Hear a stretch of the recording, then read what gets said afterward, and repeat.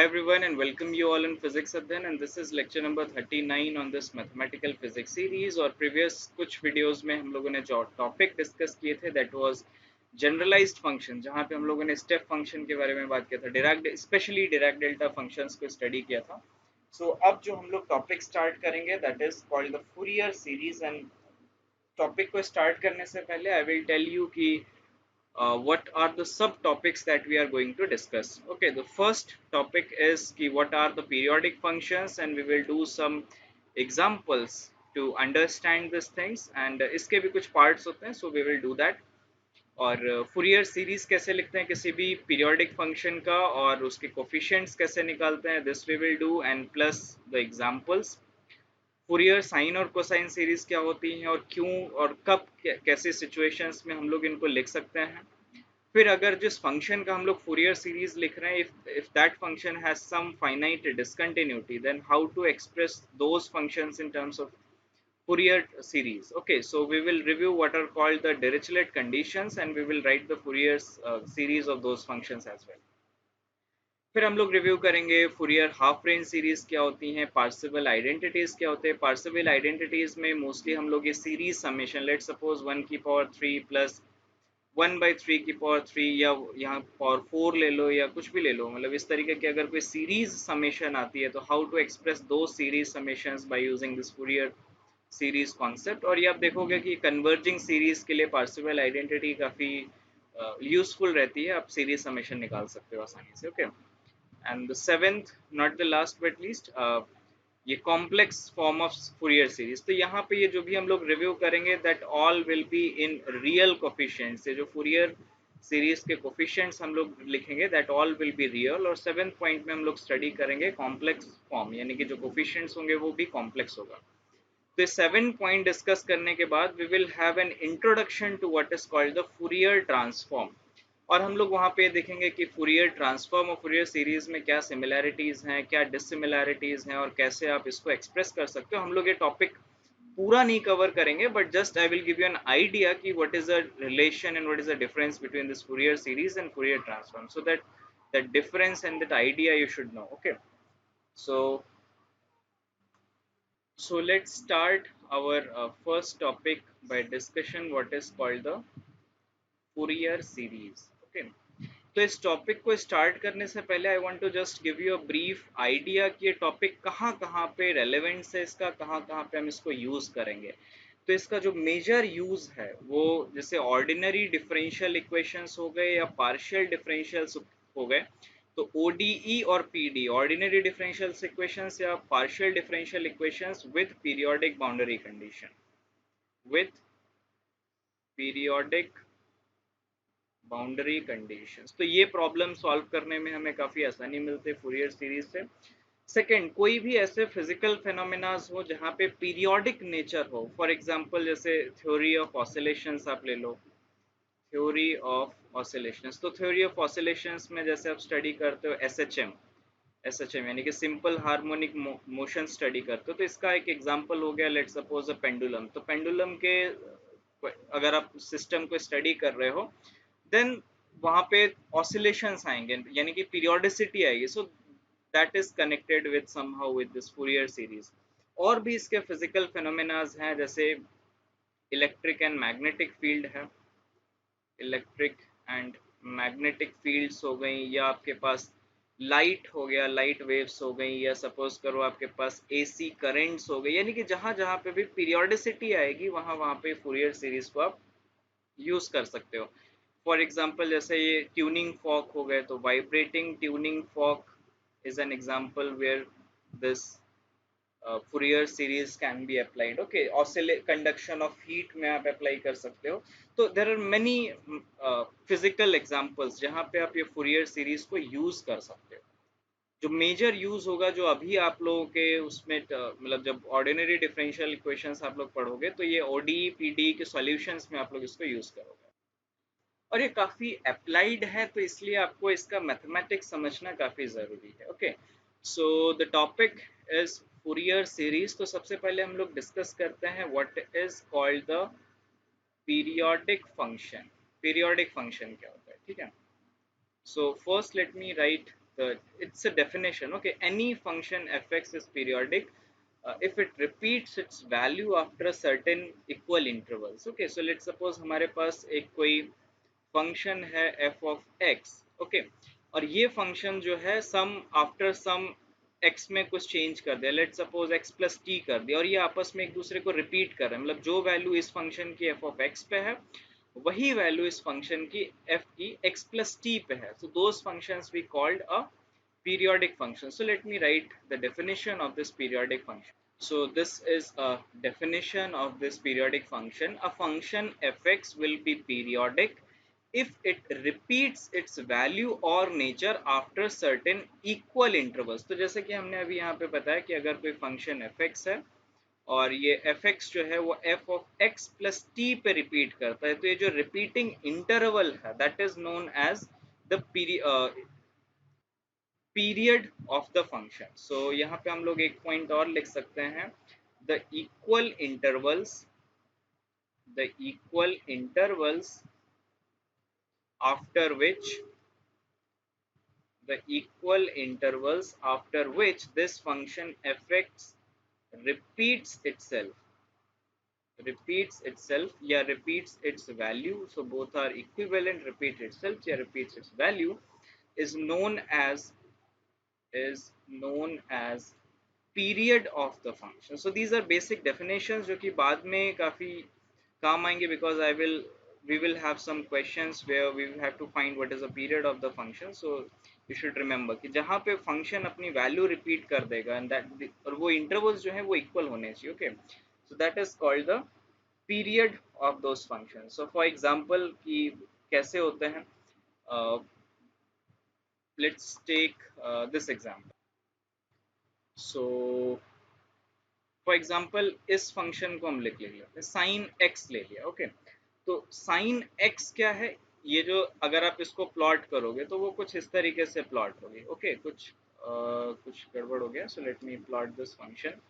कुछ इस तरीके से ये फंक्शन प्लॉट होगा, ये इक्वल इंटरवल नहीं बनता, कुछ इस तरीके से फंक्शन है. So this function is sine x. अब देखो ये रिपीटिंग बिहेवियर कौन सा है, ये फंक्शन यहाँ से यहाँ तक तो सेम है, और यही फंक्शन जो ये लेट सपोज 1 है, इसी की एक कॉपी ये है आगे 2. ओके, तो ये फंक्शन जो नेचर इसका इस इंटरवल के बीच में है वही नेचर उसका इस इंटरवल के बीच में, और सेम आगे भी होगा. तो ये पॉइंट कौन कौन से हैं, दिस इज 0 पाई 2 पाई. तो इस फंक्शन का अगर हम पीरियड लिखें तो पीरियड इस फंक्शन का कितना आ जाएगा, दिस इज 2 पाई. सिमिलरली अगर आप cos x का भी ये फंक्शन प्लॉट करते हो तो उसका भी पीरियड कितना आ जाएगा, 2 पाई. तो पीरियोडिक जो फंक्शंस होते हैं वो भी दो टाइप के होते हैं, that is called the sinusoidal periodic function and the second is non sinusoidal periodic function. So सबसे पहले हम एक जो भी अभी तक पढ़ा उसका एक छोटा सा रिव्यू लिख लेते हैं. If f x is equal to f of x plus t, then f x is called a periodic function and this t is known as the period of this function. This t is known as period of function. Okay, अब जो अभी हम लोगों ने discuss किया कि जो periodic function है, जो पीरियोडिक फंक्शन है, these are of two types. तो दो टाइप इसके कौन कौन से हैं. फर्स्ट जो टाइप है that is called the sinusoidal periodic function. Sinusoidal periodic function आप इसको लिख लो. And the second is non sinusoidal periodic function. Non sinusoidal periodic function. तो ये इसके पर्टिकुलर दो टाइप्स हैं. इनमें कुछ बेसिक फंक्शंस आएंगे. साइनोसॉइडल के में कुछ फंक्शंस ऑफ मतलब कुछ एक कैटेगरी ऑफ फंक्शंस आएगी, नॉन साइनोसॉइडल में कैटेगरी ऑफ फंक्शंस आएगी. ओके, तो सबसे पहले हम लोग ये रिव्यू कर लेते हैं कि what are sinusoidal and non sinusoidal periodic functions. फिर हम लोग इसके कुछ क्वेश्चंस करेंगे जहाँ पे डिफरेंट फंक्शंस के हम लोग पीरियड्स कैलकुलेट करेंगे कि what is the period of that function. तो साइनोसॉइडल पीरियोडिक फंक्शंस क्या होते हैं, ऐसे फंक्शंस जिनमें सिर्फ साइन टर्म हो या सिर्फ कॉस टर्म हो या साइन और कॉस का कॉम्बिनेशन हो, तो ऐसे फंक्शंस को हम लोग कहते हैं साइनोसॉइडल पीरियोडिक फंक्शंस. सो इसको हम लोग लिख लेते हैं the functions containing only sine और कोसाइन और बोथ, बोथ में हम लोग इसका कॉम्बिनेशन लिखते हैं, ओके, और both terms are known as sinusoidal periodic functions, okay, तो ऐसे फंक्शंस को हम लोग साइनसॉइडल पीरियोडिक फंक्शंस बोलते हैं। तो लेट सपोज हमारे पास एक फंक्शन है साइन एक्स, क्या ये साइनसॉइडल पीरियोडिक फंक्शन है? यस। हमारे पास एक फंक्शन है cos x, is it a sinusoidal periodic function? Yes. अगर हम इनके पीरियड की बात करें तो साइन एक्स का पीरियड कितना है? This is 2 pi. Cos x का पीरियड कितना है? 2 पाई। अब सपोज करो हमारे पास एक इनका कॉम्बिनेशन है, लेट सपोज एक कोई फंक्शन f ऑफ x लिखा है, this is some constant into sine of x plus some another constant into cos of 2x। अब आपको ये कहा गया कि is it a sinusoidal periodic function? तो yes, because it contains both the term sin x and cos of 2x, okay. तो sine और cos functions हैं इसमें, that's why it is called a sinusoidal periodic function. But what is the period of this function? Period of function fx। तो period of function क्या है, ये हमारा next question है। तो पीरियड ऑफ फंक्शन हम लोग देख लेते हैं कि कैसे कैलकुलेट करते हैं, when we will then we will come back to this question. So our next topic is calculation of period of function। तो इसको हम लोग एक पहले जनरल टर्म देख लेते हैं कि अगर कोई फंक्शन हमारे पास fx है एंड इसका जो पीरियड है वो हमें दिया हुआ है, it's period is t, then what is the period of this function f of ax plus minus of b? So question hai, if I have a function fx which has a period t, then I have an, so this fact is given to you. So the question is, what is the period of this function fx f of ax plus minus b? तो इस function का जो period होगा that is nothing but t by a। आप इस तरीके की कोई भी फंक्शंस, आप ये प्लेटफॉर्म तो आप यूज ही करते होगे, दैट इज Desmos. Desmos एक ग्राफ प्लॉटिंग सॉफ्टवेयर है and it's very good to give an intuitive idea functions के पर्टिकुलर पॉइंट्स पे उसकी वैल्यू क्या है, इससे आप सारी चीजें कैलकुलेट कर सकते हो। तो आप किसी भी फंक्शंस को इस तरीके से टेस्ट कर सकते हो। आप सबसे पहले लेट सपोज हमने एक एग्जांपल लिया, लेट से साइन ऑफ एक्स, तो इसका साइन ऑफ एक्स का जो पीरियड है हमें पता है, this is 2 pi, okay. So now our question is, what is the period of sine of 3x? So by plotting this function, you can convince yourself that the period of this function is 2 pi by 3. Okay, क्योंकि यहाँ पे b की value कितनी है? 0, and it doesn't depend, the period of this function doesn't depend upon this value of b. So it only depends upon the coefficient that is multiplied by this factor of x. So this is 2 pi by 3. Okay. तो इस तरीके से आप लोग convince कर सकते हो by yourself by plotting this function on Desmos. So ये तो एक पर्टिकुलर एग्जांपल हो गया कि जहाँ पे fx दिया है और आप इस तरीके से पीरियड कैलकुलेट कर सकते हो। अब हमारा फिर वही क्वेश्चन था कि एक हमारे पास sin x है, एक हमारे पास 8 cos of 2x है। तो अब आप ये तो कैलकुलेट कर सकते हो कि इस पर्टिकुलर sin x का जो पीरियड है दैट इज लेट्स सपोज 2 पाई, और जो cos 2x का जो आपका पीरियड हो जाएगा वो कितना हो जाएगा? 2 पाई बाई 2। सो ये कितना आ जाएगा? पाई। अब इस पर्टिकुलर फॉर्म का आपका पीरियड पता चल गया, दिस इज 2 पाई। इस पर्टिकुलर फॉर्म का आपको पीरियड पता चल गया, this is pi. But now still question remains the same, what is the period of this fx? Okay, so we don't know. So there is an another criteria to find the period of this combined function. So what is that? So इसका जो term है, suppose we have two functions fx and gx, suppose we have two functions fn and gx, fx and gx, और ये दोनों periodic हैं, these both are periodic functions, okay। Let suppose कि fx का जो पीरियड है, इसका जो t है that is let suppose some value a by b, okay, कुछ वैल्यूज हैं a बाई बी। gx का जो पीरियड है, लेट सपोज ये t1 है, दिस इज t2। सो इसका लेट सपोज जो हमारे पास जो पीरियड है that is c by d। कोई भी नंबर हो सकते हैं, 2 पाई बाई 3 हो सकता है, this could be pi by 2, कोई भी पीरियड हो सकता है, okay. Just in general term a by b and c by d, दो पीरियोडिक फंक्शंस हैं।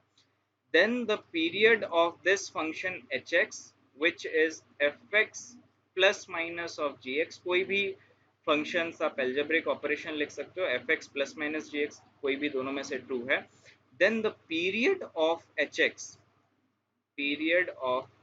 अगर आप calculate करना है, so this is as simple as that. You should take the LCM, that is lowest common multiple of this a and c, यानी कि जो numerator parts हैं a and c, and you should take the HCF, यानी highest common factor of this function, this numbers b and d क्या HCF ले लो. So whatever this number or this value will come out to be, so that will be the period of hx. Okay. अब हम लोग अपने उस question पे फिर से आते हैं. Let me go back. ये वाला क्वेश्चन. ओके. तो अब हमारे पास यहाँ पे अगर मैं a बाई बी के फॉर्म में लिखूं, so this is my a by b, तो ये कितना हो जाएगा, दिस इज 2 पाई बाई 1. इसको मैं c अपॉन डी के फॉर्म में लिखूं, so this is pi by 1. तो ये जो fx है इसका पीरियड क्या आ जाएगा, this is LCM of, this is 2 pi and पाई का हमें एलसीएम लेना है, और एचसीएफ हाईएस्ट कॉमन फैक्टर आपको लिखना है 1 और 1 के बीच में. तो एलसीएम कितना आ जाएगा, दिस इज 2 पाई, एचसीएफ कितना है, दिस इज 1. तो एफएक्स कितना आ जाएगा, 2 पाई, यानी कि ये जो पूरा फंक्शन है एफएक्स, इसकी पीरियोडिसिटी भी कितनी होगी, that will be 2 pi. Okay. तो एक तो हम लोगों ने ये कर लिया, बट इसको ना आप ग्राफिकली देखो, चीजों को समझना अगर है तो आपको सिर्फ मैथमेटिक्स ही नहीं, आपको थोड़ा बहुत ग्राफिकल एनालिसिस भी आनी चाहिए. सो जो भी मैं एग्जांपल, जैसे मैंने ये एग्जांपल कराया a1 sin x plus a2 cos 2x, तो इसको आप डेस्मोस में जाओ, 1 मिनट भी नहीं लगेगा. a1 a2 को आप 1 ले लो for your convenience, sin x plot करो, cos 2x प्लॉट, और वहां पे चेक करो कि क्या वो फंक्शन, जो भी कंबाइंड फंक्शन आ रहा है, क्या वो फंक्शन 2 पाई के इंटरवल के बाद रिपीट कर रहा है या नहीं. या ऐसा भी हो सकता है कि आप पहले चेक कर लो, हो सकता है पाई के बाद उसका रेपिटेशन हो. तो this you should try yourself in order to understand this thing. But आप देखोगे कि वहां पे 2 पाई इंटरवल के बाद वो जो फंक्शन है दैट विल रिपीट इटसेल्फ. तो अब हम लोग कुछ एक दो एग्जांपल्स कर लेते हैं, इस पर्टिकुलर पूरे पीरियड कैसे निकालते हैं इसको समझने के लिए. सो सेकेंड एग्जाम्पल, फर्स्ट तो हम लोग कर चुके हैं, लेट्स डू सेकेंड एग्जाम्पल, जहाँ पे आपको जो फंक्शन दिया है, that is let's suppose some fx, ये जो फंक्शन दिया है this is sine of, let's say 3x+1 minus of tan x. So इस पर्टिकुलर फंक्शन का हमें एक पीरियड निकालना है कि what is the period of this function. तो देखो साइन एक्स का जो पीरियड हो जाएगा दिस इज 2 पाई बाई 3, ये हमें अभी पता चल गया. tan x का जो फंक्शन का जो पीरियड होता है ना, दैट इज पाई. आप देखोगे वो जो tan x का जो फंक्शन है वो पाई के बाद अपने आप को रिपीट करेगा, सो दिस इज 1. और अभी मैंने वो जो सेकेंड टाइप है that is called the non sinusoidal periodic function, वो मैंने आपको बताया नहीं है अभी, बट दिस tan x और cot mx जो भी इस टाइप के फंक्शंस होते हैं that are called the non sinusoidal periodic functions, और उन पे हम लोग अभी आएंगे. But first do this question कि इसका हम लोग टाइम पीरियड निकालते हैं. तो this is LCM of 2 pi and pi, and this is HCF of 3, 1. तो 2 पाई, तो इसका आ जाएगा 2 पाई, ये आ जाएगा 1, यानी कि इस फंक्शन का जो पीरियड होगा वो भी कितना आ जाएगा, दिस इज 2 पाई. हम लोग एक और एग्जांपल लेते हैं, let's do and third example, जहाँ पे हमारे जो फंक्शंस दिया है, लेट्स सपोज ये है some f of x is given at, let's suppose 2 sine into 3x plus 3 into let's say sine into 2x. हमारे पास कुछ इस तरीके का फंक्शन दिया है. तो इसका पीरियड हमें पता है दिस इज 2 पाई बाई 3, और इसका पीरियड हमें पता है दिस इज 2 पाई बाई 2. सो ये कितना आ गया, दिस इज पाई. तो आप यहाँ पे निकाल सकते हो कि 2 पाई और पाई का एलसीएम, सॉरी एलसीएम कितना आ जाएगा, दिस इज 2 पाई, और 3 और 1 का एचसीएफ कितना होगा, दिस इज 1. सो इस फंक्शन का भी पीरियड कितना आ जाएगा, 2 पाई ही आ जाएगा. सो इस पूरे पर्टिकुलर क्राइटेरिया को यूज करके आप किसी भी फंक्शन, पीरियोडिक फंक्शंस का जो टोटल पीरियड है वो आप कैलकुलेट कर सकते हो. So now let me define the second point, which is second type of periodic function, which is the non sinusoidal periodic functions. So second is non sinusoidal periodic functions. तो ये आप लोग लिख लेना पीरियोडिक फंक्शंस पूरा। तो जो trigonometric functions होते हैं, for example let's suppose the tan mx in general, okay, जो ये cot mx होते हैं, तो इस तरीके के जो फंक्शंस हैं या जो फंक्शंस होते हैं जैसे डिफाइंड होते हैं, जैसे हम लोग डिफाइन करते हैं what are called the square waves, okay, there are some functions which are called the triangular waves. और हम लोग अभी जब एग्जांपल्स करेंगे तब इन पर्टिकुलर वेव्स को हम लोग देखेंगे कि स्क्वायर वेव कैसे दिखती है, ट्रायंगुलर वेव्स कैसे दिखती हैं, एक एक होती है saw tooth waves, saw tooth waves ये कैसे दिखते हैं, ये सारी चीजें हम लोग करेंगे, ओके। तो इस तरीके के ये जो पीरियोडिक फंक्शंस हैं, दीज आर नॉट साइन और कॉस, अदर जो पीरियोडिक ट्रिग्नोमेट्रिक फंक्शंस हैं जैसे tan cot square wave triangular wave sawtooth wave, इन सारे पीरियोडिक फंक्शंस का जो कैटेगरी है that is this non sinusoidal periodic functions, okay. So the category of these kind of functions are known as non-sinusoidal periodic functions. और हम लोगों ने दो चीजें देखी कि what are periodic functions, sinusoidal and non-sinusoidal periodic function. But sometime it may happen that you are taking the superposition or the plus or minus of these two periodic functions, and that does, and the combined function that we were writing fx is not a periodic function, okay. So what I just said is this.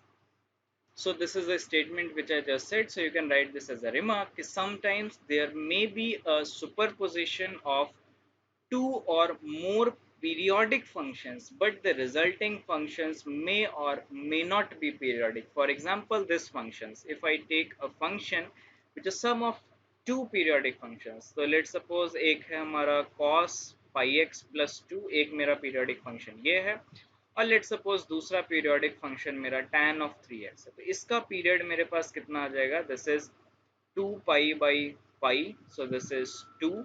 और इसका मेरे पास periodicity, इसका जो time period है या जो period है इस फंक्शन का दैट इज पाई बाई 3।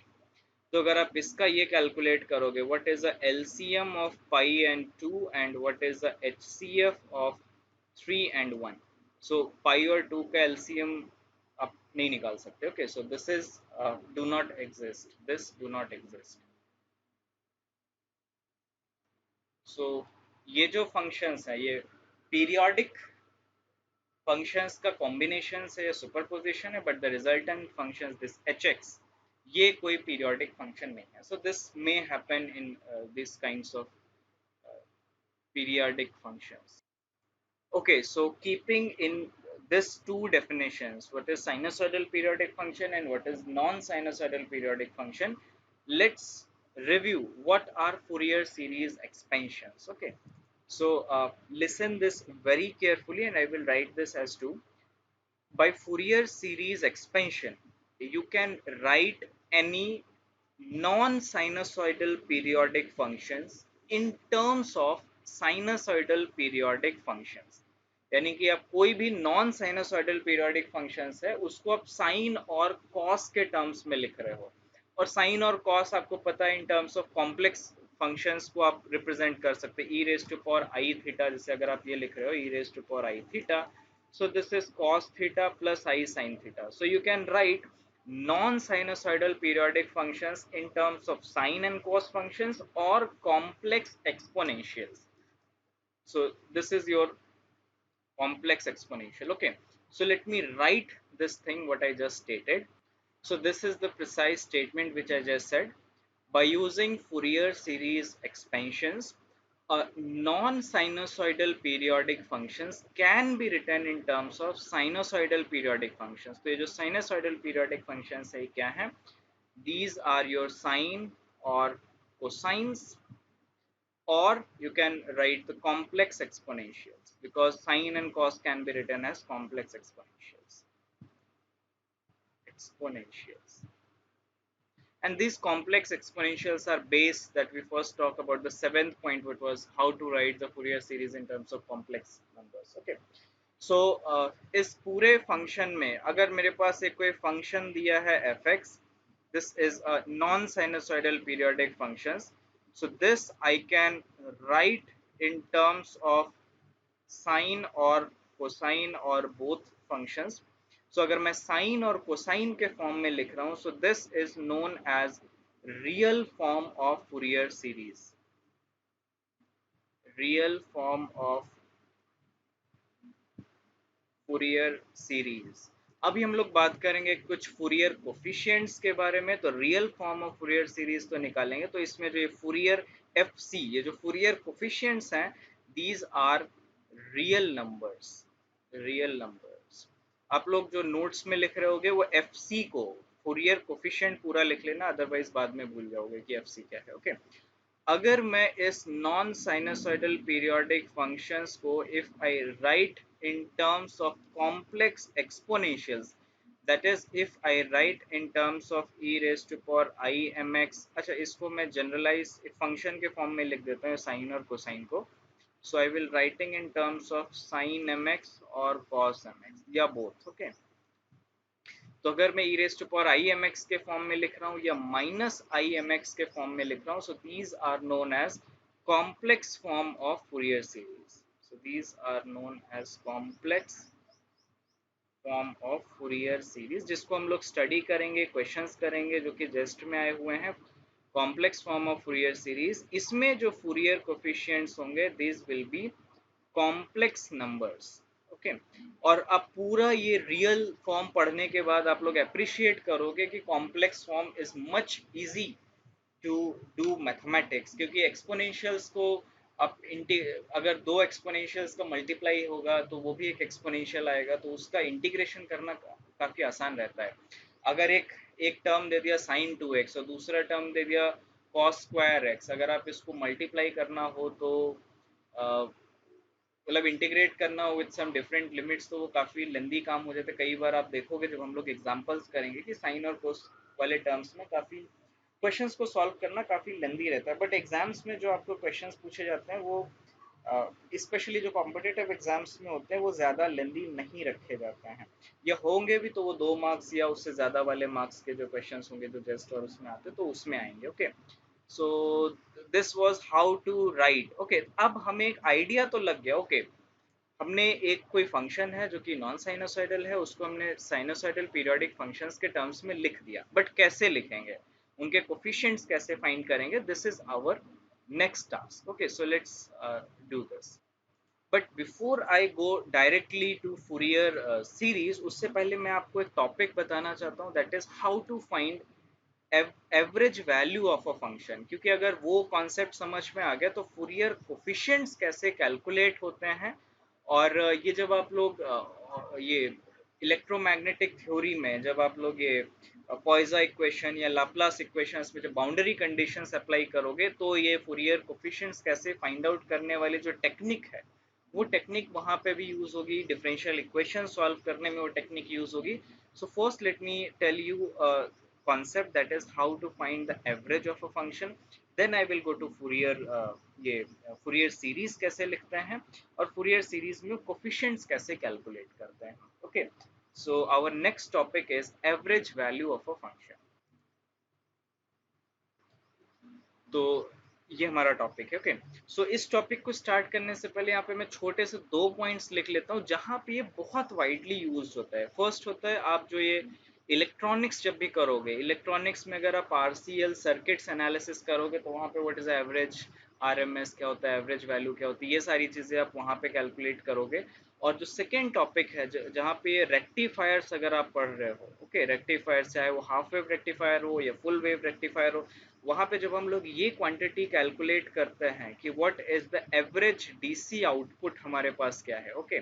तो यहाँ पे ये average value of a function का कॉन्सेप्ट यूज होता है। ये एक पर्टिकुलर एग्जांपल है इलेक्ट्रॉनिक्स का, ऐसी बहुत प्लेसेस हैं जहाँ पे ये आइडियाज, ये कॉन्सेप्ट्स आपको यूज करने होते हैं जब भी हम कोई एवरेज वैल्यू मतलब फंक्शन का कुछ एवरेज कैलकुलेट करते हैं। तो दीज आर टू जो कि आप वाइडली यूज करते हो, स्पेशली रेक्टिफायर वाले केस में। ओके। तो ये हो गया। So let me try to tell you और ट्राई टू टीच यू कि how to find this average value of a function. तो सपोज करो मेरे पास एक कोई सेट है जिसमें कोई फंक्शन नहीं है, डिस्क्रीट वेरिएबल्स हैं। लेट्स से उनके वेरिएबल्स के जो वैल्यूज है that is 1 2 4, let's say 3 and 5, कुछ इस तरीके से वैल्यूज हैं। लेट सपोज मैंने इसको एक सेट लिखा एस और मेरे इसमें 5 वैल्यूज। अब मुझे कहा कि find the average of this numbers. तो आप एवरेज कैसे निकालते हो? एवरेज ऑफ एस आप कैसे निकालोगे? आप इन सबको ऐड कर दोगे, ठीक है, 4 3 5, और आप टोटल नंबर से डिवाइड कर दोगे। तो टोटल नंबर आपके पास कितने हैं? 5, यानी कि 1 2 3 4 5, 5 नंबर्स हैं। तो आप इसको सम करो, 4 1 5 5 10 15, सो this is 15/3 and this is 3।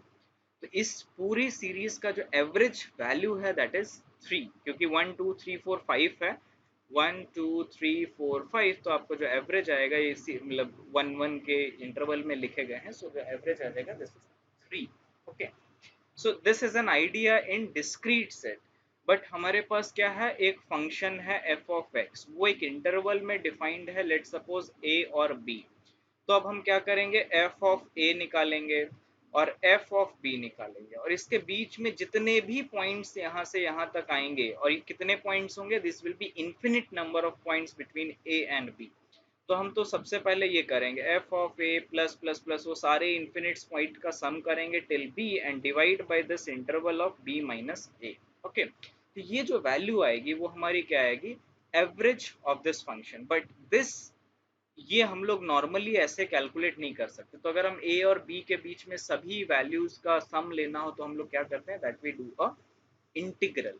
Okay, तो हम लोग average value of a function कैसे डिफाइन करते हैं? तो this is just an integral.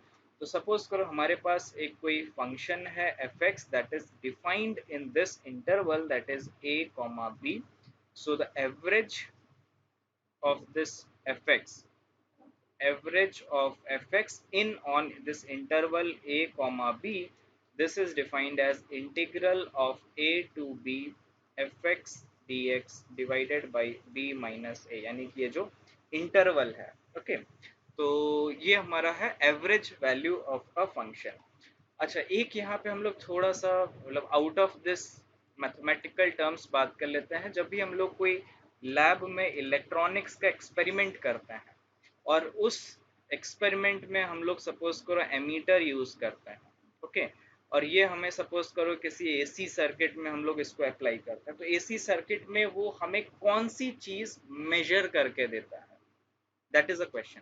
कि आपने एमीट कोई एक इलेक्ट्रॉनिक सर्किट है, उसमें आपने यहाँ पे एक एमीटर लगा दिया सीरीज में, ये कोई एक एसी सर्किट है, कुछ भी है, मतलब जहाँ पे आपने एमीटर लगाया है और ये एक एसी सोर्स से कनेक्टेड है, तो एमीटर आपको क्या रीडिंग देगा? मतलब कौन सी वैल्यू आपको देगा? आप पढ़ते होगे कि देर इज सम, कोई एक मान लो सपोज करो करंट उसमें फ्लो हो रही है, that is I not sine of omega t. Let suppose ये एक करंट है जो सर्किट में फ्लो हो रही है, तो वो क्या आपको आई नॉट देगा जो एमीटर मेजर करेगा, या कुछ और वैल्यूज देगा? तो एमीटर जो है वो आई नॉट नहीं देता है, this will give you the root mean square current. तो रूट मीन स्क्वायर करंट क्या होता है कि आप इस, ये जो फंक्शन है आई, इसका ये जो प्रोपोर्शनैलिटी क्या है आई की, that is sine of omega T. Okay, तो रूट मीन स्क्वायर क्या होता है कि सबसे पहले आप इस फंक्शन का स्क्वायर लो, यानी कि साइन स्क्वायर ओमेगा टी आपका स्क्वायर लो, फिर इसका एवरेज फाइंड आउट करो, what is the average of sine square omega t, फिर उसका रूट लो। So this will give you the I R M S value, यानी कि square mean then take the root. So ये reverse में चलता है, पहले स्क्वायर लो फिर मीन फिर रूट, पहले स्क्वायर फिर मीन फिर रूट। मीन और average the same thing. Okay, तो जो एमीटर हम लोगों को देता है that is the RMS value of this current. Okay, तो यहाँ पे भी देखो ये average of sine square T, आपको ये चीजें कैलकुलेट करने होते हैं। और अभी जब हम लोग ये फूरियर सीरीज में जो प्रॉब्लम्स करेंगे तो कई जगह पे ऐसे इंटीग्रल्स आएंगे जहाँ पे आपको ये चीजें कैलकुलेट करनी होंगी, that is sine square theta D theta 0 to 2 पाई, या इस तरीके के इंटीग्रल्स कैलकुलेट करने होंगे जिसके पीरियड लेट से 2 पाई है यहाँ पे। तो इस तरीके के फंक्शंस के हम लोग कुछ पर्टिकुलर इंटीग्रल्स अभी से देख लेते हैं, ताकि वो वैल्यूज अगर मुझे पता हो then I can directly write some conclusions और सम एक्सप्रेशंस। सो और ये क्वेश्चन कई जगह पे आपको डायरेक्टली भी पूछा जा सकता है। क्वेश्चन क्या है कि व्हाट इज द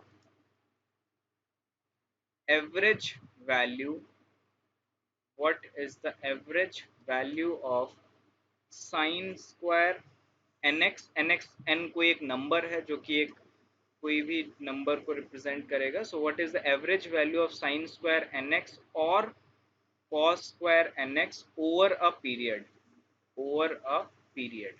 अब साइन और एक्स के जो पीरियड होते हैं वो क्या होता है, दिस इज इनके पीरियड्स क्या होते हैं, 2 पाई होता है. तो अगर आप ये इंटरवल ले रहे हो -पाई टू पाई ले लो, चाहे आप 0 to पाई 2 पाई ले लो, तो इसमें आपको वो इंटीग्रल की एवरेज वैल्यू पूछ रहा है कि what is the average value of sine square function over a period.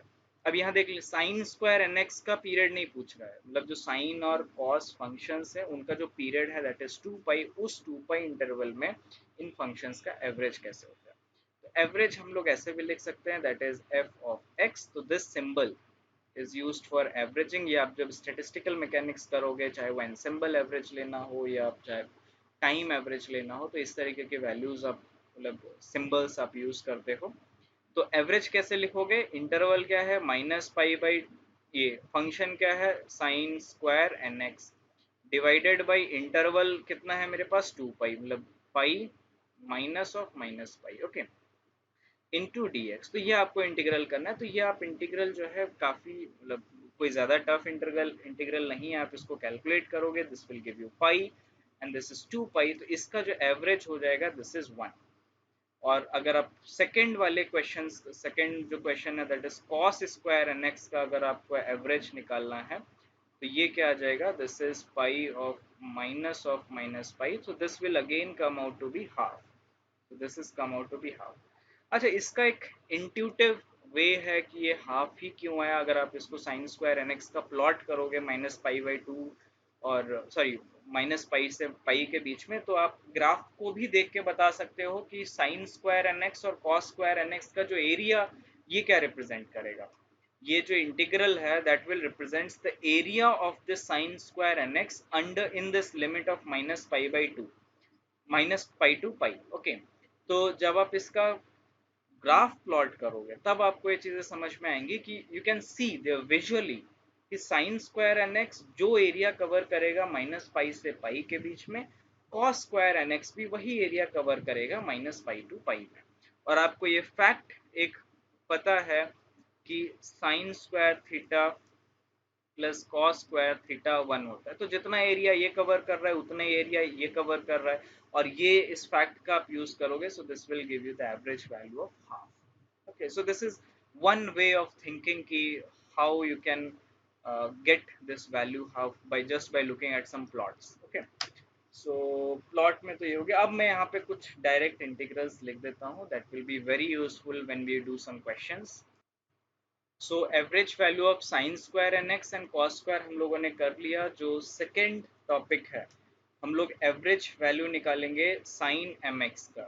Sign into mx multiplied by cos into nx, okay, इसका over a period, over a period इसमें हम लोग कैलकुलेट करेंगे. तो ये क्या आ जाएगा, this is 1/2 pi integration of -pi to pi sine of mx into cos of nx into dx. और इसको अगर आप कैलकुलेट करोगे सो दिस विल गिव यू अ 0. और अगर आप इसका दूसरा फैक्ट भी देखना चाहते हो तो ऐसे भी कर सकते हो, this function is an even function, this function is an odd function, और ये एक -पाई टू पाई की लिमिट है. तो this overall function is an odd function. तो ऑड फंक्शन का अगर आप इस तरीके के लिमिट्स में इंटीग्रल करते हो so that will give you 0. But यहाँ पे एक नोट करने वाली पॉइंट क्या है, any value of m and n this function will be 0. This is a key point. जो सेकंड है, हम लोग इस फंक्शन का एवरेज वैल्यू निकालते हैं that is sine mx into sine of nx, okay. और ये जो पता ये इंटीग्रल सिर्फ अभी के लिए नहीं, आगे भी अगर जैसे आप एडवांस क्वांटम मैकेनिक्स पढ़ोगे तो वहां पे भी ये इंटीग्रल्स बहुत बार यूज होंगे. आप परटर्बेशन थ्योरी करोगे हर जगह, टाइम डिपेंडेंट करोगे, टाइम इंडिपेंडेंट करोगे, हर जगह ये क्वेश्चंस जो हैं ये इंटीग्रल्स स्पेशली आपको यूज होंगे. सो इसकी वैल्यू क्या आ जाएगी, this is 1/2 pi integral -pi to pi, this is integral -pi to pi sine of mx into sorry sine of nx into dx. अब आपको पता है if this happens m is equal to n and this is not equal to 0, तो ये function क्या हो जाएगा, sine square nx हो जाएगा। और इस पे आपको वैल्यू पता है दिस इज हाफ। अगर m and n are not equal, so this function will give you the value 0. If m is equal to n is equal to 0, then this function will also give you the value 0. m और n equal नहीं है, let's suppose this example, sin x and sin of 3x, so these are called the orthogonal, आप बाद में पढ़ोगे ये orthogonal basis form करती हैं। So this with sin x and sin 3x both are orthogonal to each other, या इनका जो integral होगा over a period that will give you 0. तो unless and until this factor matches, okay, ये जो factor हैं वो दोनों same हो जाए, so this is sin x and sin x का integral 0 नहीं होगा, but other sin x का अदर कोई भी coefficient sin 2x, sin 3x, sin 4x, sin 5x over this period 2 pi में अगर आप इंटीग्रेट करते हो, that is minus pi to pi, 0 to 2 pi, this will give you 0। और बाद में आप लोग पढ़ोगे कि ये कुछ ऑर्थोगोनल फंक्शंस होते हैं। एक्चुअली फूरियर सीरीज का जो इंट्रोडक्शन है वो ऑर्थोगोनल सीरीज से ही होता है, but at this stage I don't want you to complicate the things, so that's why I have not told you, but to just give you an intuitive idea, sine and these cos functions are forms orthogonal basis, और जो ये expansion है वो orthogonal basis में हम लोग expand कर रहे हैं। Even this exponential functions are in forms orthogonal basis, okay, तो उनमें भी हम लोग इसको एक्सपैंड कर सकते हैं। जब आप मास्टर्स में यही सारी चीज़ें फिर से पढ़ोगे एक डिफरेंट वे में, एक डिफरेंट आइडियाज़ में, तब कई चीज़ें आपको लगेंगी जो कि मैंने यहीं पे कवर अप करा दी हैं, कुछ चीज़ें आपको नहीं पढ़नी पड़ेंगी। For example this concept of orthogonal basis कैसे डिफाइन करते हैं, कैसे इससे आप लोग डिफरेंट क्वांटिटीज कैलकुलेट कर सकते हैं, so on and so forth. So इसको हम लोग कर लेते हैं cos of nx into D x. तो ये इसकी वैल्यू देखो, अगर आप m और n इक्वल करोगे तो ये कितना आना चाहिए, this should come to be half, so this is half when m is equal to m and this is not equal to 0, okay। अगर m is equal to n है, sorry not equal to m है, तो ये भी orthogonal basis ही form करेंगे, सो this will give you 0। और एक m और n दोनों इक्वल हैं 0 के, सो दिस विल गिव यू 1, सो मतलब ये वैल्यू 1 हो जाएगी, ये वैल्यू 1 हो जाएगी, इंटीग्रेट करोगे 2 पाई आ जाएगा, so this will come to be 1। So this is these three integrals, sin x, sin और cos, sin sin, cos और cos। तो अगर आप ये तीन इंटीग्रल, अगर आपको थोड़ा बहुत आइडिया है कि ओवर अ पीरियड आपको वैल्यूज क्या आती हैं, तो मोस्ट ऑफ द टाइम आपको थोड़ा सा टाइम बच जाएगा इंटीग्रेशंस करने में, ओके। तो ऑर्थोगोनल और ऑर्थो नॉर्मल बेसिस भी कह सकते हो, क्योंकि कोई बेसिस को आप नॉर्मलाइज भी कर सकते हो। सो साइन जो फंक्शंस हैं, जो कॉस फंक्शंस हैं, दीज फॉर्म्स ऑर्थोगोनल बेसिस। और ये जो आपका एक्सपोनेंशियल फंक्शंस है, ये भी ऑर्थोगोनल बेसिस फॉर्म करते हैं। ऑर्थोगोनल के साथ साथ ये ऑर्थो नॉर्मल भी आप कन्वर्ट इनको कर सकते हो। And this you will study eight many places, like quantum mechanics में करोगे, कंडेंस मैटर फिजिक्स में आप लोग करोगे, और मैथमेटिक्स फिजिक्स में जो वेक्टर कैलकुलस आप लोग अभी लीनियर अलजेब्रा टाइप में जो पढ़ोगे, और ज़्यादा एडवांस, जहाँ पे हिल्बर्ट स्पेस और ऑर्थोगोनैलिटी, ऑर्थोनॉर्मैलिटी, इन सब की बातें होंगी, तो वहाँ पे ये सारी चीज़ें आपको फिर से डिस्कस कराई जाएंगी, ओके। सो इस पर्टिकुलर वीडियो में हम लोगों ने एक छोटा सा रिव्यू किया है, what is periodic functions, how to find the periods, what how to find the average value of this function.